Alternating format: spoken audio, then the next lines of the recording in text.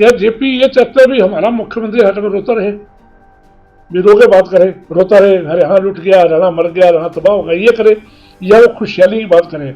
जब खुशहाली की बात करें तो हंसते नजर आएंगे। ये पहले मुख्यमंत्री होंगे जो हर बात में हंस के बात करते हैं। सर लॉ एंड ऑर्डर के ऊपर थोड़ी बहुत कमी पेशी नजर आ रही है, उसके लिए मैंने कल जगमोहन लाल जी से, रेणु बालाजी से बात करी है। उन्होंने कहा बहुत जल्द इसमें सुधार हो जाएगा। उस समय मेरी वाइफ हॉस्पिटल में थी, मेरी बेटी हॉस्पिटल में थी, और मैं सड़कों पर चुनाव लड़ रहा था, इसलिए कांग्रेस पार्टी लड़ रहा था। अब ये कटाक्ष डलवाते हैं, ये तो बदल गया, ये फलाना हो गया, मैं नहीं बदला। कांग्रेस पार्टी जो इंदिरा गांधी, राजीव गांधी जी पार्टी थी वो नहीं रही। अब पार्टी की सारी बागडोर रॉबर्ट वाड्रा जैसे बैठ के डील करते हैं। हिंदुस्तान के अंदर जो मुसलमान रह रहे हैं वो उनके बच्चे कैसे पढ़ पाए, उनको रोजगार कैसे मिले, वो उनका भविष्य कैसे सुधरे, ये इन चीज़ों पर ध्यान देना चाहिए, ना कि ये वक्फ बोर्ड बिल को लेकर हाँ उल्ला मचाना चाहिए। करनाल की जो कांग्रेस हारी है, 500 सीटें हारी हैं, हमारे जो कैंडिडेट थे उनकी वजह से हारी है। हमारे कैंडिडेटों में जो ये आ गए हम एमएलए बड़े बड़े, उसकी वजह से हारी है। और पहले ही उन्होंने अपने आप को बांट दिया था, फलाना ये काम करेगा, फलाना ये काम करेगा, घमंड इतना आ गया था। हमारे साथ सरदार तरलोचन सिंह है, जो भारतीय जनता पार्टी के इस समय नेता हैं। लंबे समय तक, यूं कहे 32 वर्षों तक कांग्रेस पार्टी में रहे। दो दो मुख्यमंत्रियों के सामने चुनाव लड़े, मनोहर लाल खट्टर के सामने, नायब सिंह सैनी के सामने। लगातार अपनी उपस्थिति दर्ज करवाते रहे। शहर में किसी भी मुद्दे को लेकर प्रदर्शन की जब बात आती थी तो सरदार तरलोचन सिंह जिला सचिवालय में अपने लोगों के साथ प्रदर्शन करते हुए दिखाई देते थे। अब भारतीय जनता पार्टी में है। कल ही इन्होंने अपने आवास पर भारतीय जनता पार्टी का झंडा लगाया है, क्योंकि भारतीय जनता पार्टी का स्थापना दिवस था। अब झंडा लगा लिया है, तो कैसी फीलिंग आ रही है तरलोचन सिंह? देखिए, मेरा राजनीतिक जीवन 43 साल का हो चुका है, इसलिए बहुत सारी घटनाएं लंबे समय में चलती रही, कभी उतार कभी चढ़ाव मैंने जिंदगी के बहुत देखे हैं। इसलिए मैं किसी स्पेशल एजेंडे के तहत नहीं आया। मैं सर इसलिए आया कि कांग्रेस पार्टी जो इंदिरा गांधी, राजीव गांधी जी पार्टी थी वो नहीं रही। अब पार्टी की सारी बागडोर रॉबर्ट वाड्रा जैसे बैठ के डील करते हैं। और हरियाणा के अंदर जो मजबूत चेहरे थे कांग्रेस के, उनकी बजाय जो प्रभारी आते थे, जैसे उन दिनों में बावरिया प्रभारी थे, उन्होंने हरियाणा के लोगों का बहुत ज़्यादा शोषण किया। हरियाणा को उन्होंने प्रयोगशाला बना दिया अपने कांग्रेस का, जिसकी वजह प्रयोगशाला में बनी बनाई सरकार फेल होगी। इसलिए भाजपा में आकर यहाँ मैंने बड़ा कुछ सीखा। अभी तो 1 ही महीना हुआ है, लेकिन सीखा बड़ा कुछ 1 महीने में। यहाँ डिसिप्लिन है, यहाँ मान सम्मान किया जाता है, यहाँ कोई बड़ा और छोटा नहीं होता। यहाँ जो संगठन में पदाधिकारी हैं वो बड़े होते हैं, चाहे विधायक हो चाहे कोई हो, वो वहीं बैठेंगे जहाँ उनको बैठाया जाता है। हमारे कांग्रेस के अंदर स्टेज के ऊपर अफरा तफरी रहती थी, कौन आगे बैठा कौन पीछे बैठा था। इसे 3 दिन पहले प्लानिंग शुरू हो जाती थी, जब किसी वीआईपी ना होता था। और अहम मुख्य के ऊपर कई बार हाथापाई हो जाती थी, माइक छीन लिए जाते थे। और तो अभी जब पिछले चुनाव के बाद हुड्डा साहब करनाल आए थे, जो उपचुनाव से उसके बाद, तो आपको देखा होगा स्टेज के ऊपर उनको गिफ्ट देते हुए हाथापाई हुई, वो गिर गया, उनके पैर में चोट लगी।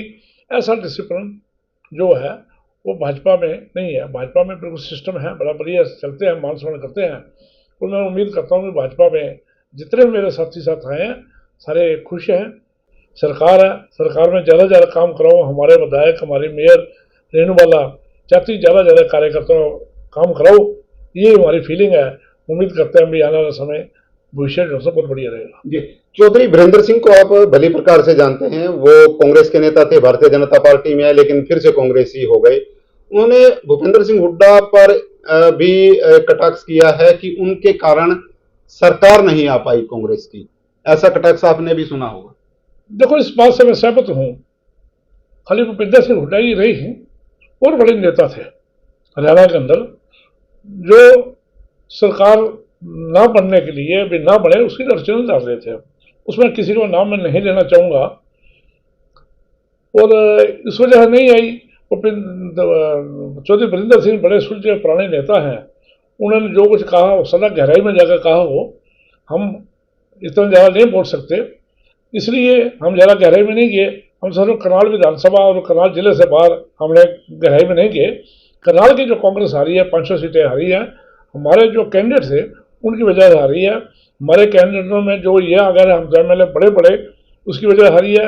और पहले ही उन्होंने अपने आप को बांट लिया था, फलाना ये काम करेगा, फलाना ये काम करेगा, घमंड इतना आ गया था, जिस वजह से हम 2 सीट तो हम जीते हुए थे, घरोंडे वाली और संत वाली, वो हमारी लीडर की वजह से आ रही है। 3 सीट जो सी बाकी हैं वो तो अपने घमंड की वजह से हमारे हैं। प्रयास तो किया उन्होंने, लेकिन वर्करों ने साथ नहीं दिया, क्योंकि एक एक जगह 5-5, 7-7 कैंडिडेट इन्होंने बढ़ा रखे थे, सबको टिकट का वादा दिया हुआ था, तो एन मौके पर बाकी किसी ने काम नहीं किया। जब काम नहीं किया तो फिर यही असर होना था। जी, जयप्रकाश जेपी हैं, सांसद हैं, और उनका बयान आपने सुना होगा। मुख्यमंत्री का अंदाज आमतौर पर सभी हरियाणा वासी, पूरे देशवासी जानते हैं, वो बड़े चुटीले अंदाज में अपनी बात को रखते हैं, हंसी मजाक में बात को रखते हैं, लेकिन इसी हंसी मजाक को उन्होंने उन पर मजाक लगाया है, मुख्यमंत्री पर उन्होंने कटाक्ष किया है। इसको लेकर क्या जेपी ये चाहते हैं भी हमारा मुख्यमंत्री हर में रोता रहे, भी रो के बात करे, रोता रहे, हरियाणा लुट गया, हरियाणा मर गया, हरियाणा तबाह हो गया, ये करे, या वो खुशहाली की बात करें? जब खुशहाली की बात करें तो हंसते नजर आएंगे। ये पहले मुख्यमंत्री होंगे जो हर बात में हंस के बात करते हैं। क्या पता उनको कितनी प्रॉब्लम आती हो हरियाणा को चलाने के लिए, क्या पता उनको कितनी मुसीबतों का सामना करना पड़ता हो, लेकिन हंस के टाल देते हैं। ये चाहते हैं जेपी जी हर टाइम रोते रहे।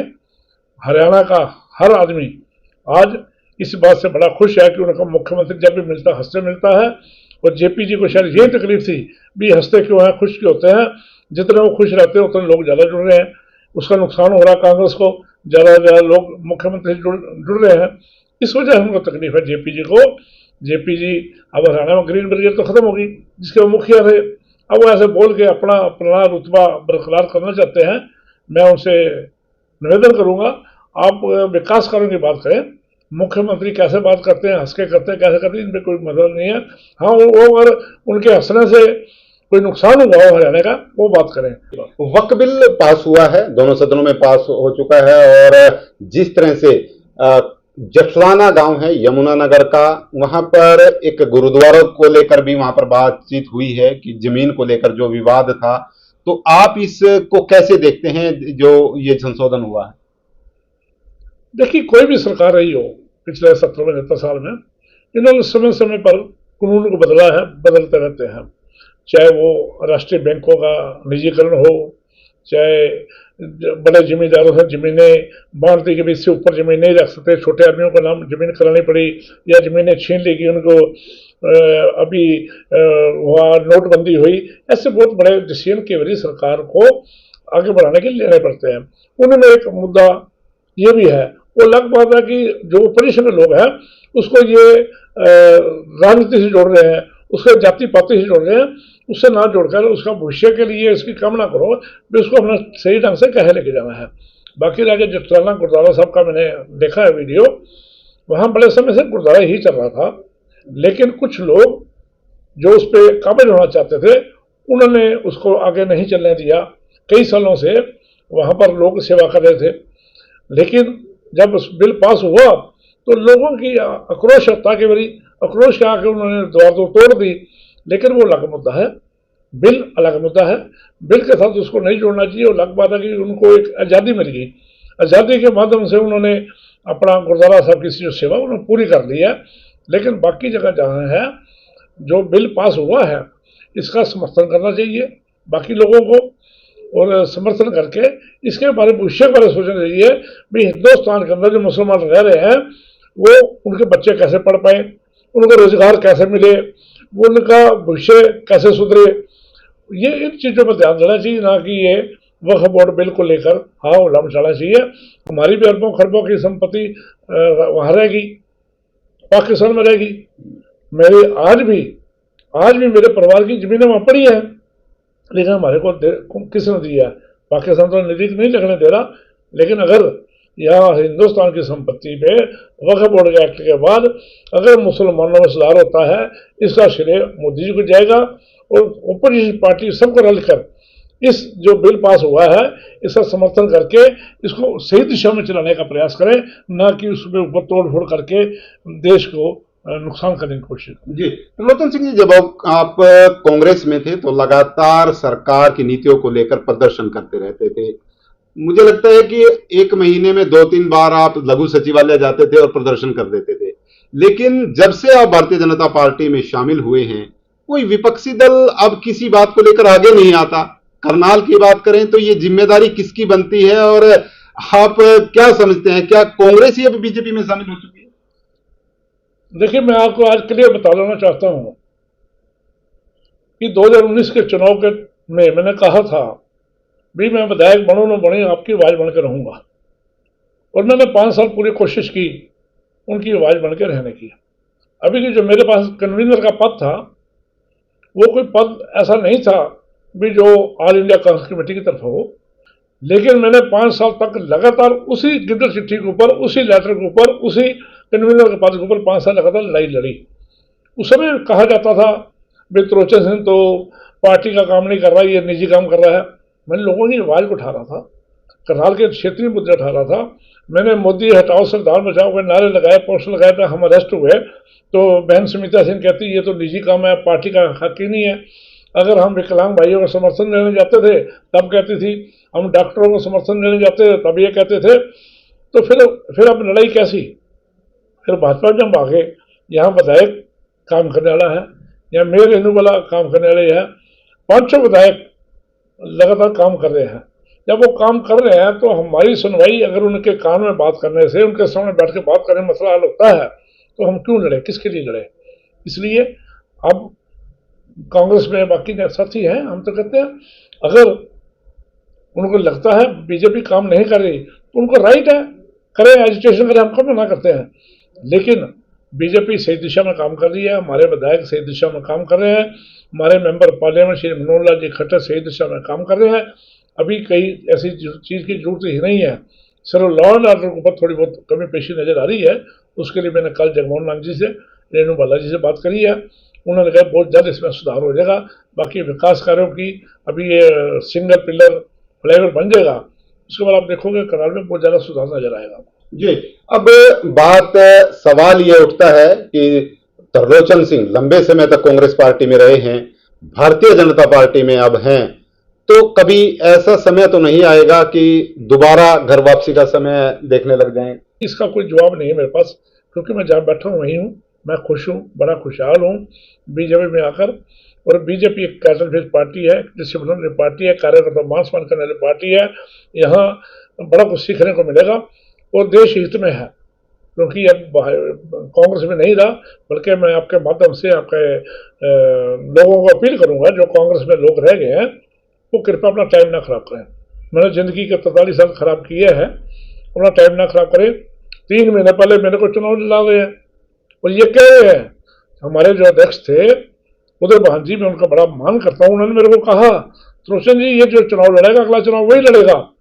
मैंने फिर उस समय मेरी वाइफ हॉस्पिटल में थी, मेरी बेटी हॉस्पिटल में थी और मैं सड़कों पर चुनाव लड़ रहा था, इसलिए कांग्रेस पार्टी के लिए लड़ रहा था। अब ये कटाक्ष डलवाते हैं, ये तो बदल गया, ये फलाना हो गया, मैं नहीं बदला, मेरे को मजबूर किया गया बदलने के लिए। उस समय मैंने चुनाव लड़ा, 3 महीने बाद मेरे में क्या कमी देख ली, भी सुमित्रा सिंह आ गई। कहाँ थी सुमित्रा सिंह 10 साल से? पिछला रिकॉर्ड देखो उसकी, देखो मेरे भी देखो, वो कहाँ थी? उसको टिकट दे दी, सारा करनाल की सड़कें तोड़ गिरी। जयप्रकाश गुप्ता जी आ गए, बलिंदर कालड़ा जी आ गए, 7 MC आ गए और करोड़ों रुपए की मालक, जो पनामा पेपर स्कैम की मास्टरमाइंड नवाज शरीफ की पार्टनर, उसको सड़क पर उतार दिया। और फिर भी वोट में से 1000 कम।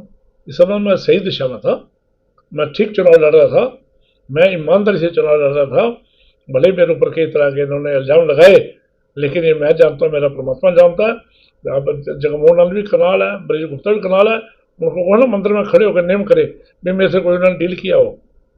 ये तो थे इंचार्ज है, इसलिए मैंने बताऊंगा बनने का था। मैं बीजेपी में था, अब आ गया हूँ, बीजेपी में रहूंगा।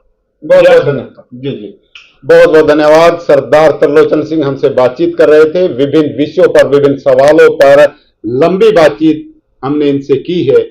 आप कमेंट के माध्यम से बताएं ये खबर आपको कैसी लगी, क्योंकि विभिन्न मुद्दे, करनाल के मुद्दे हों, इनके बीजेपी में शामिल होने की बातें हों, या फिर जयप्रकाश जेपी का सवाल हो मुख्यमंत्री पर जो उन्होंने कटाक्ष किया है, ऐसे विभिन्न सवाल हमने किए हैं। आप इस खबर को शेयर करें। मैं हूं विश्वाल राणा, करनाल से आप सभी के साथ लाइव। धन्यवाद।